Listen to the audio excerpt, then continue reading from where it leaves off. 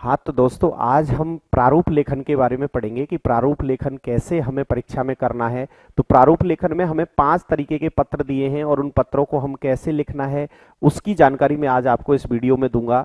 तो प्रारूप लेखन के बारे में मैं आपको बता दूं पहले कि हमारा जो प्रारूप लेखन है, प्रारूप लेखन चैप्टर क्या है, प्रारूप लेखन, इसमें हमें 5 प्रकार के पत्र हैं और वो कौन कौन से हैं वो हमें आपको पहले मैं बता रहा हूं। पहला है अर्धशासकीय, अर्थात कौन सा है, अर्धशासकीय, जिसे अर्धशासकीय कहते हैं या अर्ध सरकारी भी कहते हैं, अर्धशासकीय। दूसरा है, दूसरा देखिए साहब, दूसरा जो है वो है कौन सा, निविदा। दूसरा कौन सा है, निविदा, दूसरा निविदा है। तीसरा कौन सा है, विज्ञप्ति, तीसरी है विज्ञप्ति, अर्थात तीसरा क्या है, पत्र का नाम विज्ञप्ति है, तीसरा विज्ञप्ति है। चौथा है ज्ञापन, चौथा क्या है, ज्ञापन है। और पांचवा क्या है, अधिसूचना है। तो ये हमें 5 पत्र हैं जिनके बारे में हमें जानकारी लेनी है कि भाई इन्हें कैसे लिखा जाता है, इनका प्रारूप का विशेष ध्यान रखना है। बस प्रारूप कैसे बनाते हैं इसका विशेष ध्यान रखना है, क्योंकि हमें यहाँ पर प्रारूप लेखन बिंदु दिया गया है। भाई आप उसमें मैटर क्या देते हो वो अपने अकॉर्डिंग आप अपनी इच्छा से दे सकते हैं। भाई अलग अलग विद्यार्थी अलग अलग इसको देंगे, लेकिन ये 5 प्रकार के आपको ये पत्र दिए गए हैं। इनमें से आपको परीक्षा में कोई 2 दिए जाएंगे। परीक्षा में कितने दिए जाएंगे, कोई 2 दिए जाएंगे, 2 दिए जाएंगे जिनमें से आपको एक करना है। अर्थात इस प्रश्न में आपको क्या मिलेगा, अथवा मिलेगा। इन 5 में से, अर्थात इन 5 में से आपको क्या है, 2 दिए जाएंगे। 2 में से जिसमें आपको क्या करना है, एक कोई को करना है, अर्थात एक पत्र करना है। 2 दिए जाएंगे, नंबर का होगा 4, अर्थात 4 अंक का ये दिए जाएगा। और इसमें से हमें अब क्या करना है, एक पत्र को लिखना है। तो यानी मैं आपको 5 के पूरे प्रारूप बनाऊंगा, एक एक पत्र आपको लिखा हुआ भी आपको यहाँ स्क्रीन पर दिखाऊंगा। तो इससे क्या है कि आपका बिल्कुल क्लियर हो जाएगा पत्र का कि भाई मुझे अब पत्र में किसी प्रकार की कोई समस्या नहीं रहेगी। बस ये वीडियो देखने के बाद आपके मन में केवल एक ही विचार आएगा। तो देखिए मैं सबसे पहले आपको बता रहा हूं कि आपको पत्र कैसे बनाना है, यानी उसको बनाना सिखा देता हूं। तो बनाना अब कैसे है ये मैं आपको, देखिए एक पत्र बना के बता रहा हूं कि कैसे इस पत्र को बनाना है। सबसे पहले आपको अर्धशासकीय पत्र के बारे में मैं बता रहा हूं। कौन से के बारे में बता रहा हूं, अर्धशासकीय, अर्थात कौन सा पत्र है, अर्धशासकीय पत्र है। इसके बारे में मैं आपको जानकारी दे रहा हूं कि इसका प्रारूप कैसे बनता है। तो सबसे पहले हमें क्या करना है, सीधे हमारी कॉपी के पेज पर जाना है और फ्रंट में बीच में जाना है, अर्थात बीच पेज पर जाना है और उस पर उस कार्यालय का जो पेपर में दिया गया है उसका नाम लिखना है। तो कार्यालय का नाम लिखेंगे हम। तो देखिए अब मैं उसको हटा देता हूं जिससे कि आपको जानकारी मिल जाएगी कि भाई ये अर्धशासकीय पत्र था। तो सबसे पहले हम यहाँ क्या लिख देंगे, कार्यालय का नाम लिख देंगे। यानी क्या लिख देंगे, कार्यालय का नाम। क्या लिखेंगे, कार्यालय। यानी मैं आपको बता दूं यहां कार्यालय लिखेंगे और कार्यालय का नाम लिख दिया जाएगा। बिल्कुल क्लियर। कार्यालय यदि आपका एक लाइन का है तो यहां आप कॉमा लगाएंगे और उसके बाद उसके शहर का नाम लिख देंगे, अर्थात कार्यालय कहां पर है उस शहर का नाम लिख दिया जाएगा। फिर हमें पूर्ण विराम लगा दिया जाएगा, अर्थात पूर्ण विराम यहां तक कार्यालय का नाम लिख दिया। अब बहुत से बच्चे ये सोचते हैं सर कार्यालय कहां से, तो वो पेपर में दिया जाएगा। आ गई बात समझ में। मैं इसका पहले प्रारूप समझाऊंगा फिर आपको लिखकर स्क्रीन पर बताऊंगा। तो यानी फिर उसके बाद आपको एक लाइन खाली छोड़ देनी है। फिर आगे की साइड आपको आना है और लिखना है पत्र क्रमांक। क्या लिख देना है, पत्र क्रमांक। और उसी लाइन में सामने जाकर क्या लिख देना है, दिनांक। उसी लाइन में क्या लिख देना है, दिनांक। दिनांक भी आप लिख देंगे। आ गई बात समझ में। यहां पर क्या लिख देंगे, पत्र क्रमांक। ये आप आपके अकॉर्डिंग चेंज कर सकते हैं, आपके अकॉर्डिंग लिख सकते हैं। ठीक है साहब। उसके बाद आपको नीचे एक लाइन फिर खाली छोड़ देनी है और फिर आपको लिखना है प्रिय श्री।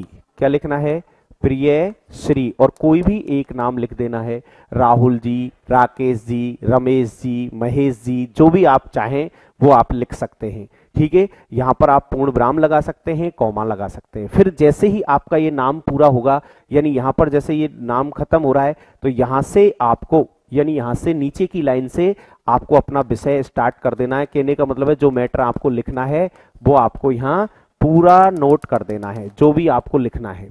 ठीक है साहब, ये आपको बता दिया गया है। उसके बाद आप एक लाइन यहां छोड़ेंगे और उसके बाद आप इन दो शब्दों में से कोई एक प्रयोग कर सकते हैं, या तो आपका या फिर भवदीय।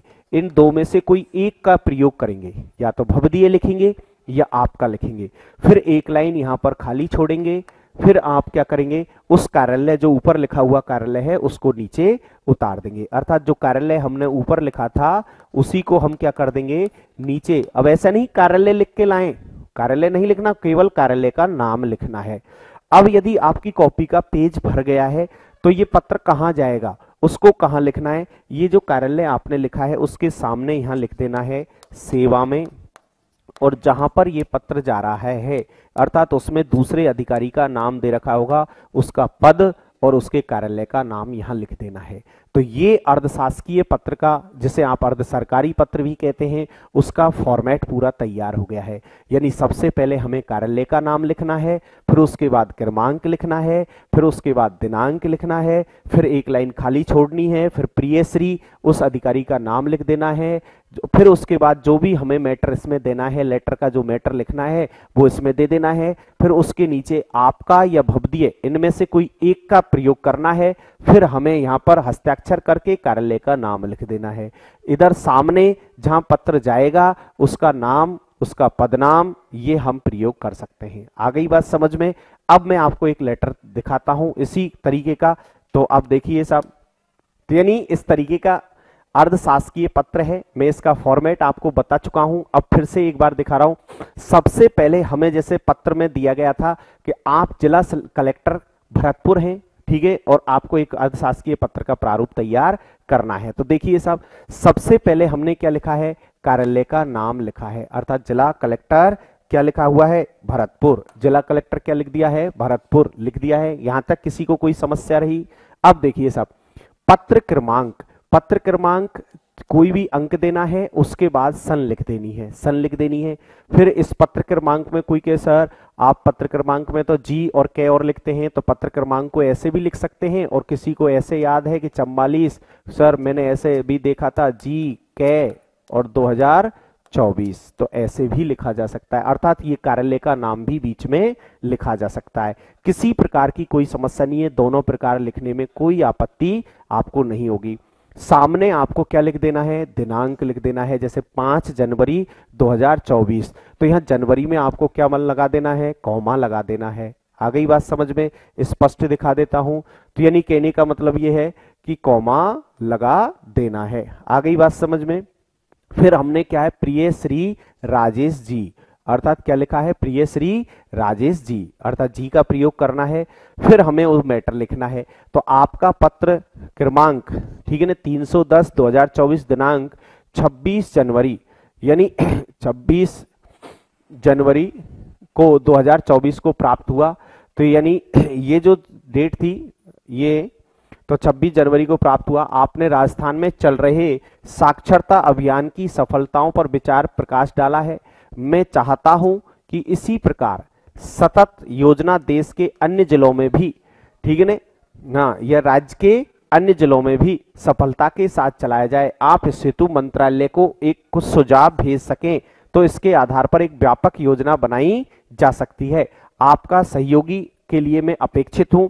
ये देखो जिला कलेक्टर आ गया, आपका जिला कलेक्टर भरतपुर। इधर देखो सब, श्री राजेश कुमार, शासन सचिव, शासन विभाग राजस्थान सरकार, ठीक है ना, या शासन विभाग जयपुर। आ गई बात समझ में। तो यानी कहने का मतलब ये है कि यहां पर अब 24 दिसंबर 2023, तो ये है साहब। आ गई बात समझ में।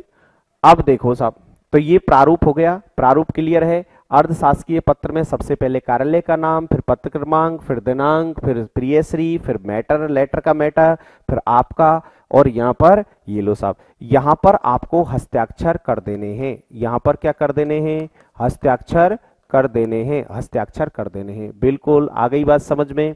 तो ये बिल्कुल क्लियर आपका पेपर अर्धशासकीय पत्र का फॉर्मेट हो गया। अर्थशास्त्रीय पत्र का फॉर्मेट क्लियर हो गया है। अब देखिए साहब, अगला पत्र आता है आपका कौन सा, निविदा, जिसे अंग्रेजी में टेंडर के नाम से जाना जाता है। तो उसका प्रारूप मैं आपको बता देता हूं कि प्रारूप कैसा है, फिर मैं आपको उसे समझा दूंगा। सबसे पहले मैंने आपको बताया था क्या लिखना है, कार्यालय का नाम लिखना है। कार्यालय का नाम लिखना है, हमने कार्यालय का नाम लिख दिया, उसके शहर का नाम लिख दिया। फिर वही क्रमांक लिखना है, बिल्कुल क्रमांक लिख दिया साहब, ठीक है ना। फिर वही आपको क्या लिखना है, दिनांक लिखना है, बिल्कुल दिनांक लिख दिया। फिर बीच में आपको क्या लिखना है, निविदा। निविदा सूचना लिख दो, चाहे निविदा लिख दो, बात एक ही है, निविदा। बिल्कुल यहां से आपको निविदा के लिए मैटर लिख देना है, जो भी मैटर आप पर आता है, यानी जो मैटर है कि भाई यहां से मैं अभी आपको बोलकर बताऊंगा। फिर उसके लिए आपको एक निविदा के लिए एक बॉक्स बनेगा साहब, एक बॉक्स बनेगा, और उस बॉक्स को यानी आपको बना देना है भाई, इसमें क्रम संख्या लिख देनी है, विवरण लिख देना है, फिर अनुमानित राशि लिख देनी है, अनुमानित राशि लिख देनी है, फिर धरोहर राशि लिख देनी है। चाहे तो आप शुल्क लिख सकते हैं, चाहे तो आप समय लिख सकते हैं। यदि आपकी कॉपी में समय लिख दें तो आप शुल्क के लिए जगह नहीं बचे तो उसे छोड़ भी सकते हैं, बिल्कुल ठीक है साहब। अब इसमें आपने बॉक्स बना दिया, इसे बंद कर दे, इसमें आप क्रम लिख दें। अब क्रम यानी जो भी विवरण आपको देना है, जो भी राशि इसमें लिखनी है, इसमें भी जो धरोहर राशि लिखनी है, समय लिखना है, वो बिल्कुल फिर बंद कर दें, इसे बंद कर दें। आ गई बात समझ में। फिर यहाँ पर शर्तें लिख देंगे, शर्तें 1 2 3 जो भी आपको लिखनी है शर्तें लिख देंगे। फिर यहाँ पर अधिकारी के पद का नाम और कार्यालय का नाम लिख देंगे। तो ये क्या हो जाएगी, निविदा हो जाएगी। तो निविदा का प्रारूप कैसा होता है, सबसे पहले कार्यालय का नाम लिखेंगे, फिर वही क्रमांक लिखेंगे, फिर दिनांक लिखेंगे, फिर निविदा सूचना, फिर उस कार्यालय की ओर से लिखेंगे भाई, जैसे नगर परिषद गंगापुर सिटी की ओर से, शिक्षा जिला शिक्षा अधिकारी सवाई माधोपुर की ओर से, या माध्यमिक शिक्षा बोर्ड राजस्थान अजमेर की ओर से एक मोहरबंद निविदा आमंत्रित की जाती है, जिसकी तिथि ये रहेगी, जिसके आवेदन का प्रपत्र यहाँ मिलेगा। सारी सूचनाएं आपको देकर इसे ऐसे बिल्कुल इस फॉर्मेट में तैयार कर देना है। आ गई बात समझ में। तो अगला देखेंगे, इसका फॉर्मेट ये तैयार हो गया है साहब निविदा का, देखिए पूरा।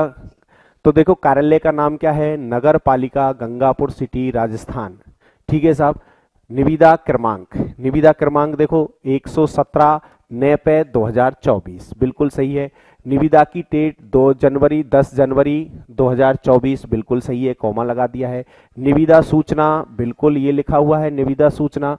अब देखो इसमें मैटर लिखा है, नगर पालिका गंगापुर सिटी की ओर से एक मोहरबंद निविदा आमंत्रित की जाती है। ये सब में सेम रहेगा, ऊपर का जो ये 3 लाइन है, आप ये केवल ये कार्यालय का नाम चेंज करना है आपको, ठीक है ना, कार्यालय का नाम चेंज करना है, बाकी सब में सेम रहेगा। निविदा प्रपत्र स्थानीय कार्यालय से 100 रुपए शुल्क जमा कराकर प्राप्त किया जा सकता है, अर्थात 100 रुपए शुल्क जमा कर प्राप्त किया जा सकता है। निविदा प्रपत्र 16 जनवरी 2024 2 बजे तक प्राप्त किए जाएंगे, अर्थात निविदा के प्रपत्र की या निविदा के फॉर्म जो जमा कराने की जो तिथि है वो कितनी है, 16 जनवरी 2024 दोपहर 2 बजे तक के प्राप्त किए जाएंगे। उसी दिन यानी 16 जनवरी को 4 बजे सभी उपस्थित निविदादाताओं के समक्ष निविदा खोली जाएगी, जिसका विवरण निम्न प्रकार है, अर्थात जिसका विवरण देखना है, अब विवरण कैसे दिया गया है। तो आ गई बात समझ में, ये पहले आपको लिख देनी है। अब विवरण में मैंने कहा बॉक्स बनेगा, तो हमको सबसे पहले क्या लिखना है, क्रम संख्या, फिर विवरण दे दिया है, फिर अनुमानित राशि है, फिर धरोहर राशि है, फिर निविदा प्रपत्र शुल्क है और समय है। अब ध्यान रखना, आपकी कॉपी में यदि इतना बड़ा बॉक्स नहीं आ रहा हो तो आप इसे हटा सकते हैं, इसे आप हटा सकते हैं। क्यों, क्योंकि हमने ऊपर उसकी डिटेल दे दी है भाई, निविदा प्रपत्र स्थानीय कार्यालय में निर्धारित 100 रुपए शुल्क जमा कराकर प्राप्त किया जा सकता है। तो शुल्क को हमने ऊपर भी लिख रखा है, इसलिए हम हटा दें तो इसमें कोई बुराई नहीं होगी, अर्थात कोई गलती नहीं मानी जाएगी। आ गई बात समझ में। फिर इसमें यानी विवरण क्या देना है, फॉर्म बनवाने हैं, प्लेन पेपर खरीदना है, क्या खरीदना है, क्या बेचना है, इसके बारे में हमने निविदा देनी है। तो यानी फॉर्म में 2 लाख रुपए है अनुमानित राशि, इसका प्लेन पेपर का 1 लाख रुपए है। यानी धरोहर राशि जो पहले कितनी देनी है, तो यानी 2000 रुपए और 1000 रुपए है। फिर ये सब इसका फॉर्म का शुल्क है, फिर महीना यानी एक माह में आप एक माह भी लिख सकते हैं, 3 माह भी लिख सकते हैं, यदि कोई बड़ा काम है तो 1 वर्ष भी दे सकते हैं। समय आप आपकी इच्छा के अनुसार लिख सकते हैं, इसमें कोई आपसे बाउंडेशन नहीं रहेगी, कोई आपको नियमबद्ध तरीका नहीं है कि इसमें कोई समय 1 माह का ही देना है, 3 का भी दे सकते हैं, 6 का भी दे सकते हैं, वर्ष भर का भी दे सकते हैं। लेकिन ध्यान ये रखना है कि कार्य किस प्रकार का है। वही कार्य यदि 1 महीने का ही है तो उसे 1 महीने का ही दें, 1 वर्ष का है तो 1 वर्ष का दें, तो उस अकॉर्डिंग आपको आपके अनुसार बदल देना है। फिर आपको मैंने बताया था शर्तें लिखनी है, तो शर्तें मैंने बताया निविदा खोलने व तिथि परिवर्तन या रद्द करने का पूर्ण अधिकार अधो हस्ताक्षरकर्ता का होगा। अधो हस्ताक्षरकर्ता का होगा यानी नीचे जिसके साइन हो रहे हैं उसका होगा। कोई कहे सर मैं इससे मिस्टेक हो सकती है, मैं अधो हस्ताक्षरकर्ता लिखने में मिस्टेक कर सकता हूं, तो इसके विकल्प में आप ये कर सकते हैं कि कार्यालय का होगा, ये लिख सकते हैं कार्यालय का होगा। यानी अधो हस्ताक्षरकर्ता नहीं आ रहा आपसे तो निविदा खोलने की तिथि में परिवर्तन या रद्द करने का पूर्ण अधिकार किसका होगा? कार्यालय का होगा। बिल्कुल बात समझ में आ गई पहली। दूसरी शर्त है आपूर्ति में विलंब होना या गुणवत्ता में कमी होने पर निविदा दाता के विरुद्ध कार्यवाही की जाएगी। निविदा दाता के विरुद्ध कार्यवाही की जाएगी। यदि ऐसे नहीं लिख सकते तो यदि कार्य में गुणवत्ता में कमी पाई जाने पर धरोहर राशि जब्त कर ली जाएगी। ये बात सही, बिल्कुल 2 शर्तें हो गई। किसी भी विवाद की स्थिति में यानी निविदा दाता और फर्म के बीच में कोई भी विवाद होता है तो उसका न्यायिक क्षेत्र कहाँ रहेगा? गंगापुर सिटी रहेगा। आप तो ये ध्यान रखना जहां पर आपने ये कार्यालय का नाम लिखा है वहीं पर ये शहर लिख देना, अर्थात उसी शहर का नाम इसमें लिख देना। आ गई। तो ये शर्तें भी सभी में सेम रहेंगी, ये 3 लाइन ऊपर वाली और ये 3 लाइन नीचे वाली, ये सभी में सेम रहेंगी। बस ये विवरण है, ये आपके अनुसार आपको बदल देना है कि कार्यालय जैसा है भाई, जैसे बोर्ड का कार्यालय है तो वो पेपर छपवाता है, उत्तर पुस्तिकाएं छपवाता है, ग्राफ नक्शे पेपर। यदि नगर पालिका है, फार्म है, टेबल है, इस खुद की विद्यालय की भी सामग्री आ सकती है, फर्नीचर है, कुछ भी है, कंप्यूटर लैब का सामान भी मंगवा सकते हैं, वो प्रयोगशाला से संबंधित भी कुछ भी चीज मंगवा सकते हैं। तो ये आप आपकी इच्छा के अकॉर्डिंग है। फिर आप यहां पर हस्ताक्षर कर देंगे, यानी हस्ताक्षर अध्यक्ष नगर पालिका गंगापुर सिटी। बिल्कुल ये साहब ये निविदा का प्रारूप है। तो निविदा का प्रारूप समझ में आ गया। निविदा में सबसे पहले कार्यालय का नाम लिखना है, फिर क्रमांक लिखना है, फिर दिनांक लिखना है, फिर निविदा सूचना लिखनी है, फिर उसके लिए आपको सूचना देनी है, फिर उसका विवरण देना है, फिर शर्तें लिखनी है, फिर अध्यक्ष के साइन कर देने हैं। यहां तक यदि किसी को कोई मिस्टेक हो तो आप ऑफलाइन में भी मेरे से पूछ सकते हैं और ऑनलाइन में भी पूछ सकते हैं। आगे देखिए सब, अगला आता है अपना क्या? विज्ञप्ति। विज्ञप्ति सूचना। मैंने कहा था विज्ञप्ति, तो वही विज्ञप्ति के बारे में भी मैं आपको बता दूं कि विज्ञप्ति में क्या करना है। सबसे पहले वही कार्यालय का नाम लिखना है, विज्ञप्ति में भी कार्यालय का नाम हो जाएगा, फिर कार्यालय के शहर का नाम हो जाएगा, वही इधर क्रमांक हो जाएगा, बिल्कुल सही है। इधर क्या हो जाएगा? दिनांक हो जाएगा, बिल्कुल इधर दिनांक लिख दिया जाएगा। एक साइड क्रमांक तो एक साइड दिनांक लिख दिया जाएगा। आ गई बात समझ में? यहां तक किसी को कोई कलेश रहा? फिर देखिए साहब, बीच में विज्ञप्ति सूचना लिख दो चाहे सूचना लिख दो, विज्ञप्ति सूचना लिख सकते हैं चाहे सूचना भी लिख सकते हैं। अब यहां से आपको सीधी डायरेक्ट देनी है, यानी जो भी सूचना आपको देनी है वो डायरेक्ट देनी है कि भाई क्या है। अब जैसे आपको आ गया साहब कि उच्च माध्यमिक, ठीक है, यदि माध्यमिक शिक्षा बोर्ड द्वारा बोर्ड की परीक्षाओं की या प्रायोगिक परीक्षाओं की सूचना विद्यार्थियों को देनी है तो आपको कैसे देनी होगी? तो देखो, सभी बोर्ड परीक्षार्थियों को सूचित किया जाता है कि उच्च माध्यमिक प्रायोगिक परीक्षा 2024 15 जनवरी से प्रारंभ हो गई है, जिसके लिए सभी के अनुक्रमांक यानी रोल नंबर बोर्ड की वेबसाइट पर डाल दिए गए हैं, अर्थात उन्हें जांच लें और प्रयोग यानी आपकी प्रायोगिक परीक्षा संपन्न कराएं। तो यानी ये सभी के लिए, सब बोर्ड परीक्षार्थियों के लिए। तो ऐसी सूचनाएं यदि कोई जैसे परीक्षा में तिथि में परिवर्तन किया जाता है तो उसकी सूचना दी जाती है कि सभी बोर्ड परीक्षार्थियों को सूचित किया जाता है कि जो उच्च माध्यमिक परीक्षा 2024 जो 5 जनवरी से होने वाली थी या 15 जनवरी से होने वाली थी, अपरिहार्य कारणों से वो 20 जनवरी से होंगी, ठीक है ना। इसलिए विद्यार्थियों के लिए सुविधा के लिए कोई कारण रहेगा साहब। तो ये आपको ऐसे चीजें आपको ये ध्यान रखने। आ गई बात समझ में? तो डायरेक्ट सूचना दे देनी है, फिर नीचे यहाँ पर साइन कर देने हैं। तो एक तो ये प्रकार की इस तरीके की सूचना होती है, यानी कौन सी आपकी कौन सी होगी साहब? ये होगी विज्ञप्ति। आ गई बात समझ में? तो विज्ञप्ति में एक विज्ञप्ति आपको नौकरी के लिए विज्ञप्ति दी जाती है, तो उसमें आप क्या करेंगे, कार्यालय का नाम लिखेंगे, क्रमांक लिखेंगे, दिनांक लिखेंगे, फिर यहाँ सूचना लिखकर आपको डायरेक्ट लिख देना एक लाइन कि जिससे राजस्थान लोक सेवा आयोग की ओर से निम्न पदों की विज्ञप्ति जारी की जाती है। फिर यहाँ पदों का विवरण दे देंगे और नीचे एक लाइन लिख देंगे, अधिक जानकारी के लिए विभाग की वेबसाइट पर संपर्क करें या देखें, और फिर साइन कर देंगे। बस दोनों तरीके से कोई सी भी आए, आपको कतई नहीं झिझकना है, पेपर में कोई तरीके की कोई समस्या नहीं होनी चाहिए। तो इसलिए हम आपके लिए ऑफलाइन, ऑनलाइन और सभी प्लेटफॉर्मों पर हम आपको उपलब्ध हो रहे हैं, क्योंकि डीएस साइंस एकेडमी ऐसी संस्था है जो विद्यार्थी के हित में कार्य करती है। तो आप देखिए साहब आगे, ये इसका प्रारूप हो गया है। तो देखियो, माध्यमिक शिक्षा बोर्ड राजस्थान अजमेर, तो माध्यमिक शिक्षा बोर्ड राजस्थान को इधर भी लिख सकते हैं, अजमेर शहर का नाम हो गया साहब, ठीक है ना। अब इसका क्रमांक हो गया 44, माध्यमिक शिक्षा बोर्ड 2024, ठीक है, 14 अगस्त 2024, ठीक है साहब। तो ये लो साहब, तो अब वो पुस्तक विक्रेताओं के लिए सूचना दी गई है। तो पाठ्य पुस्तक विक्रेताओं का पंजीयन बोर्ड की पाठ्य पुस्तकें केवल उन्हीं विक्रेताओं को विक्रय हेतु उपलब्ध करवाई जाएंगी जिनका पंजीयन बोर्ड कार्यालय में होगा। तो उसकी डेट दी गई है, सूचना दी गई है। अतः आगामी सत्र में जो पुस्तकें विक्रेता पुस्तक विक्रय कार्य करना चाहते हैं, अर्थात पुस्तक बेचना चाहते हैं, जिन्होंने अभी तक अपना पंजीयन बोर्ड कार्यालय में नहीं करवाया है, दिनांक 30 अगस्त 2024 तक पंजीयन करवा लें। इसकी अंतिम तिथि के पश्चात प्राप्त आवेदनों पर विचार नहीं किया जाएगा। विस्तृत विवरण माध्यमिक शिक्षा बोर्ड की वेबसाइट पर उपलब्ध है। बिल्कुल आ गई बात समझ में। ऐसी डायरेक्ट सूचना देनी है आपको, कोई भी जैसे किसी को भी सूचना देनी है, वही इसकी ये सूचना दी जाती है।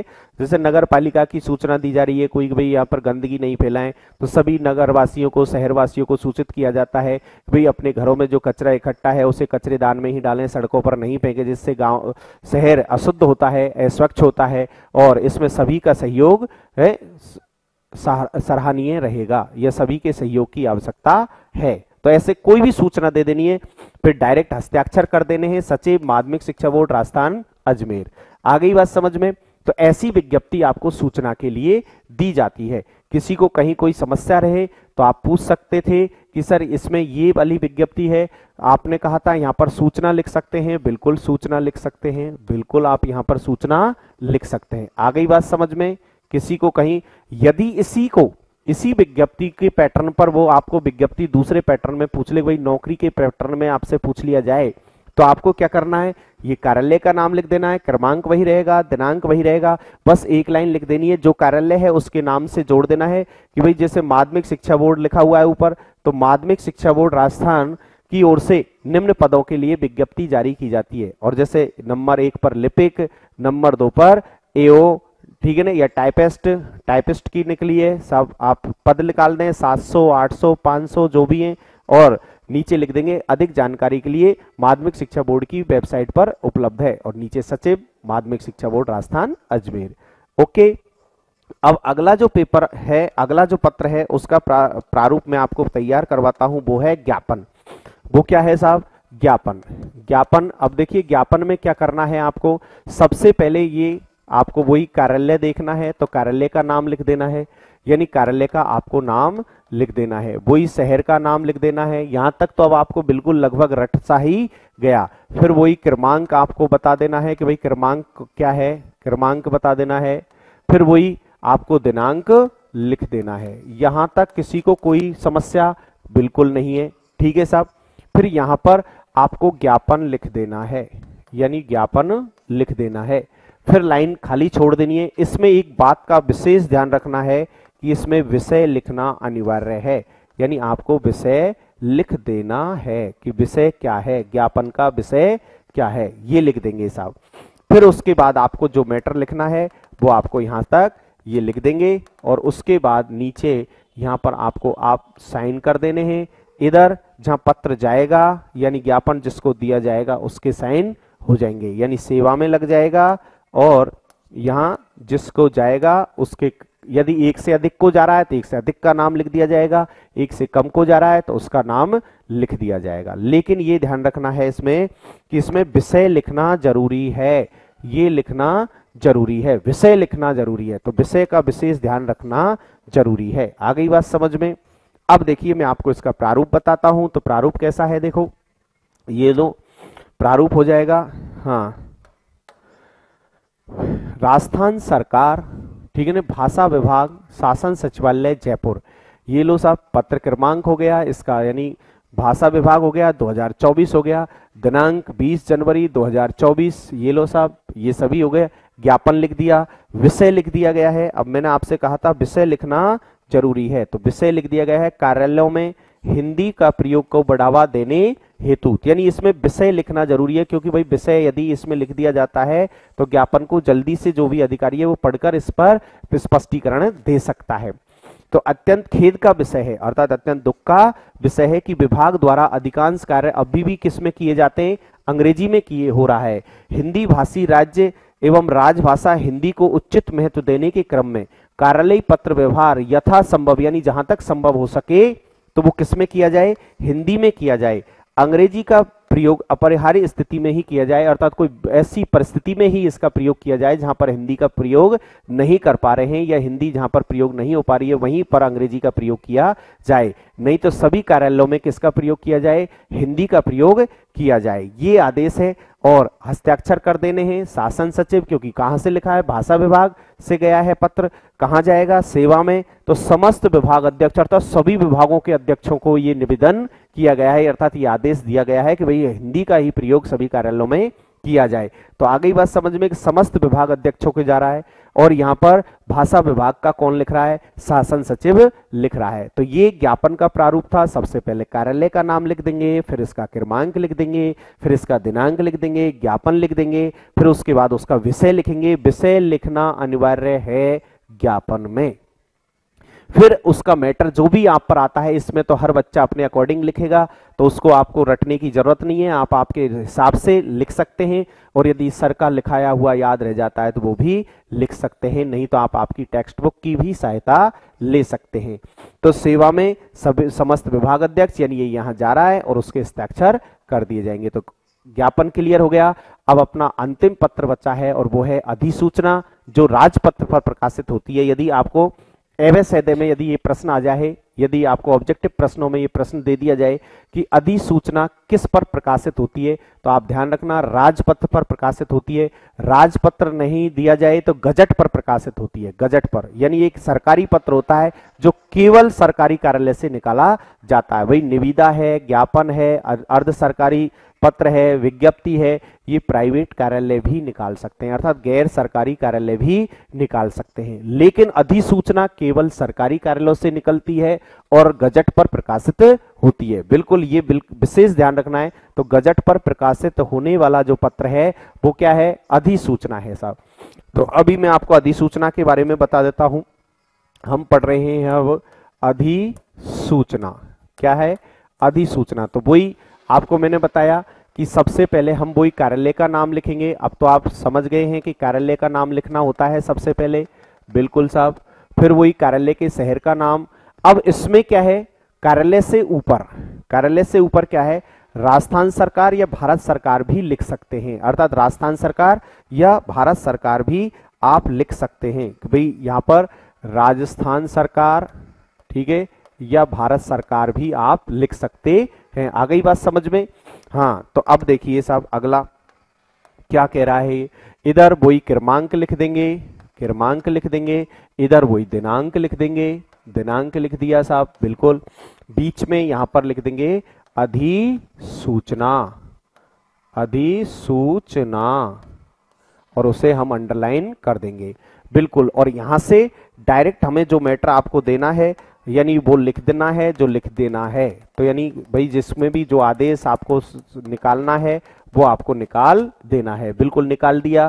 फिर यहाँ पर वही आप अपने शासन सचिव के हस्ताक्षर और उसके कार्यालय का नाम लिख देंगे।